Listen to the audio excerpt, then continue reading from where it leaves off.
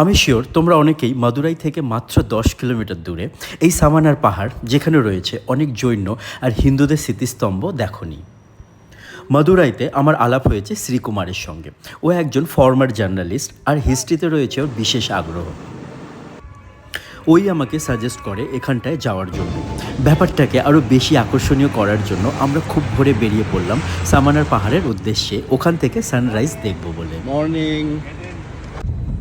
সামানার পাহাড় নিয়ে বলতে গেলে এটা আসলে সামানার মালাই নামে পরিচিত, যা মাদ্রাজ থেকে পশ্চিমে মাত্র 10 কিলোমিটার দূরে অবস্থিত।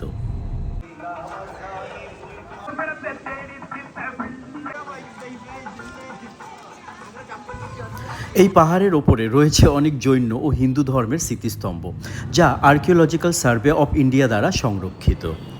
কিছুটা ওঠার পর দেখলাম সিঁড়ি নেই, তবে আরামে হেঁটে ওঠা যায়। And now you have this, imagine.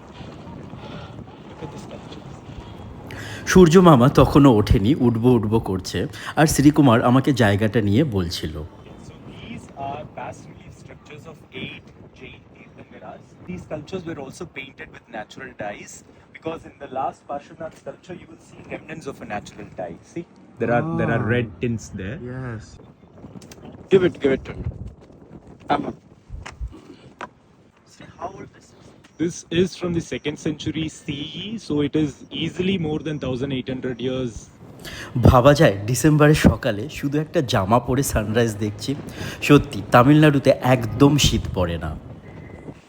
আরও একটু ওপরে উঠে দেখলাম আরও কিছু ধ্বংসাবশেষ। It's all written in Old Tamil, a form of Tamil that evolved in the 2nd century CE. সুন্দর সানরাইজ দেখতে দেখতে নিচে নেমে এলাম।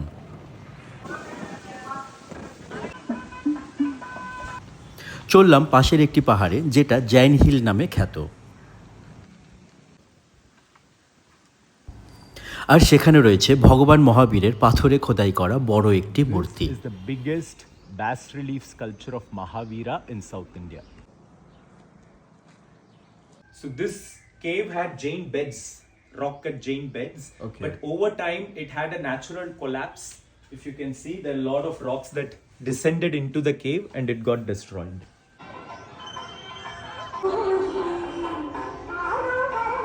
খুব সুন্দর একটা অভিজ্ঞতা নিয়ে ফিরে এলাম মাদুরাই।